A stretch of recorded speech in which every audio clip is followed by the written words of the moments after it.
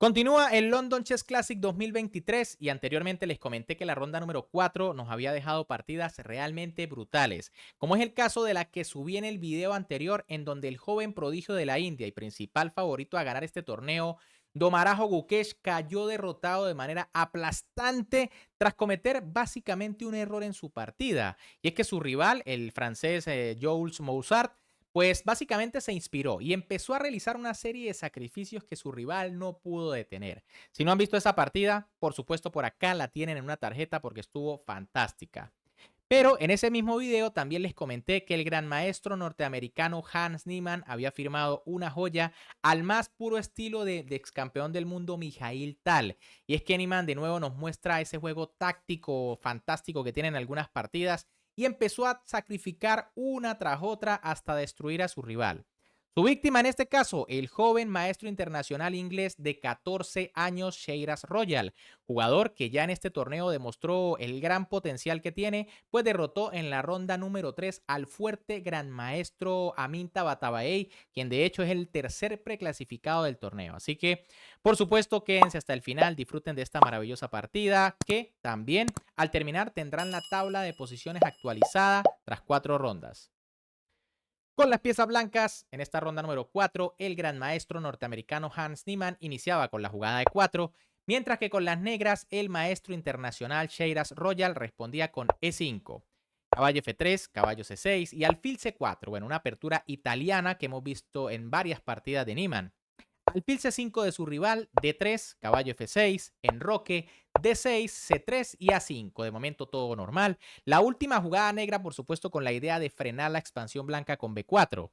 Torre E1 por parte del norteamericano, enroque del maestro internacional inglés, H3, H6, caballo BD2, alfil E6 y ahora alfil B5. Bueno, aquí también son típicas jugadas como A4, ¿no? Para frenar el avance del peón negro.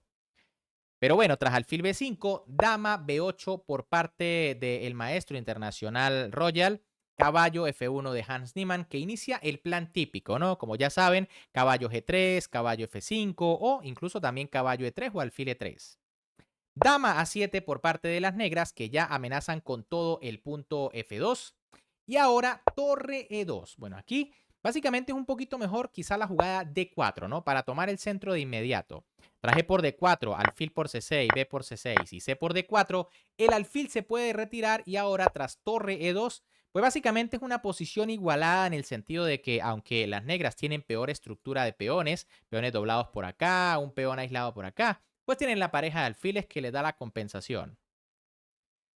Pero bueno, Niemann decide jugar torre 2 defendiendo directamente. A4 por parte de las negras. Como le dije, este peón suele ganar más espacio. Caballo G3, dama A5 atacando el alfil. Alfil por C6, B por C6. Y ahora torre C2. Bueno, una jugada que quizá en algún momento busca hacer D4. Y bueno, si hay cambios, el alfil tiene que retirarse y torre por C6, ¿no? Podría ser la idea. Sin embargo, pues aquí las negras deciden jugar torre FB8 y Niemann aquí decide bloquear con C4, ¿no? Como les dije, D4 era interesante y es que tras alfil B6 para evitar los cambios y que caiga el peón de C6, pues viene rey H2 quitándose de cualquier tema con el alfil, luego se va a desarrollar las piezas y las blancas por lo menos tienen el control central. Pero bueno, tras la jugada C4, dama B6 por parte de las negras, dama E2 de las blancas, rey H7, torre B1, dama A7 y alfil D2. Finalmente las blancas terminan su desarrollo, ¿no? Y es que esta era la última pieza que les faltaba por sacar. Alfil B6 por parte de las negras, B4 de Niemann que se lanza por el flanco de dama, peón al paso, A por B3, C5 y ahora caballo H4. Tenemos una posición allí medio bloqueada. La última jugada de las negras fue un poco rara, ¿no? Y es que C5, pues de hecho bloquea su propio alfil de casillas negras, ¿no? Quizá un poquito mejor aquí caballo G8, aunque tampoco es tan grave porque tras C5, pues el alfil también tiene una oportunidad de cambiarse quizá en A5. Pero bueno, ahora sí, las negras deciden jugar caballo G8 cuando lo mejor quizá era C6, ¿no? Controlando la casilla D5 y buscando en algún momento abrir la posición con D5. Recuerden que tienen la pareja de alfiles, les conviene abrir la posición. Pero tras caballo G8, Niemann juega F4. Fíjense que Niemann ahora se lanza por el flanco de rey. E por F4 por parte de las negras, alfil por F4, torre E8, alfil D2, C6 y ahora caballo GF5. Aparentemente aquí era un poco mejor jugar pero el caballo de H a esa casilla, ya que tras caballo GF5, pues las negras juegan D5, que tampoco era la mejor jugada, ¿no? Alfil D8 es interesante para quizá poder tener tocados los dos caballos ahí, ¿no? Pero bueno, D5 también es una jugada interesante porque fíjense que la dama pues está bajo ciertos rayos X allí. Alfil C3 por parte de Niemann, una imprecisión. Parece que era mejor caballo D6 directamente. La idea es que tras moverse la torre viene E5 y el caballo queda un buen tiempo allí fijado, ¿no? Pero bueno, tras alfil C3, D4 por parte de las negras que deciden bloquear la posición, alfil D2 y alfil C7. Parece que el alfil va a cobrar una nueva vida por esta diagonal, aunque primero era mejor dama B8, dama F3 y ahora sí alfil C7. Sin embargo, tras alfil C7, Niemann juega dama F3 y las negras tenían la posibilidad, por transposición de nuevo, de jugar dama B8. Aquí era mejor para Niemann G4 lanzándose inmediatamente y sosteniendo con todo ese caballo que está muy fuerte allí. Tras dama F3, sin embargo, las negras no juegan dama B8, juegan G6, ahuyentando el caballo de inmediato. G4 por parte de Niemann, que aquí comienza con los sacrificios. Fíjense que sacrifica el caballo con tal de abrir brecha sobre el rey. Las negras en este momento no aceptan el sacrificio y es que Royal juega alfil de 8. Ojo, ¿qué pasa si G por F5? De hecho, la jugada es posible, pero la defensa no es nada clara para las negras. Vendría E por F5 atacando el alfil, alfil C8 retirándose y G5. Y el ataque de las blancas parece muy fuerte y sobre todo difícil de repeler. Tras rey H8, que es la jugada correcta, viene dama H5 y ahora alfil G3. Jugadas que no se ven tan fácil, ¿no? Hay que pensar un buen rato porque parece que las blancas van a abrir la posición. Sin embargo, uno de los problemas es que si las blancas capturan con el peón aquí, pues básicamente las negras lo pueden usar como escudo. Además, tras una jugada como F6 ya la dama está llegando a la defensa. Así que interesante aquí la posición. Pero bueno, aquí las negras deciden jugar alfil de 8 primero, caballo G2 de Niemann, que busca pasar ahora su caballo a la casilla F4. Y ahora sí, las negras deciden aceptar el caballo con G por F5, que no es mala jugada, de hecho es la primera que da el módulo. G por F5 de Niemann, la máquina valora esta posición como igualada. Alfil C8 por parte de las negras, rey H1, dama E7, torre G1. Las blancas siguen con el plan que deben hacer, ¿no? Intentar seguir activando sus piezas porque, bueno, recuerden que tienen una pieza de menos. Y ahora alfil C7. Y aquí comienza a equivocarse el joven inglés, ¿no? Y es que en este momento la mejor jugada era torre A3. El alfil está bien ubicado en D8. La idea más bien es contraatacar por el flanco de dama. Por ejemplo, si caballo F4 viene caballo F6 y de momento las negras tienen todo controlado. En cambio, tras alfil C7, dama H5 de Niemann, que bueno, ya empieza aquí a crear algunas amenazas que quizá su rival no ha visto por completo. De hecho, Royal juega alfil E5, que es un error bastante grave. Aquí la única jugada o la mejor jugada para intentar defender la posición era alfil G3, que tampoco es nada fácil de ver, ¿no? La idea, por supuesto, es evitar la llegada del caballo a la casilla H4, desde donde va a hacer mucho daño. Por ejemplo, si caballo F4, entonces viene caballo F6, se gana un tiempo atacando la dama. Dama F3, por ejemplo, y viene caballo por E4, golpe táctico. Y es que como las negras tienen material de más, pueden empezar a devolver en cualquier momento para salirse de los problemas. Si D por E4, viene alfil por F4, alfil por y dama por E4, simplificando la posición y bueno, llegando a una posición en donde la blanca ya no tienen ningún ataque.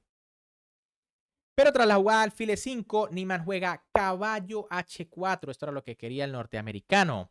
Torre A7 por parte de Royal, que quizá quiere hacer una jugada como F6 y pasar con las piezas pesadas. Pero caballo F3. Aquí no se amenaza el alfil, sino entradas con el caballo tipo caballo G5. Las negras juegan alfil G7, una jugada que parece muy buena defendiendo, porque bueno, se defiende el peón, se defienden los temas.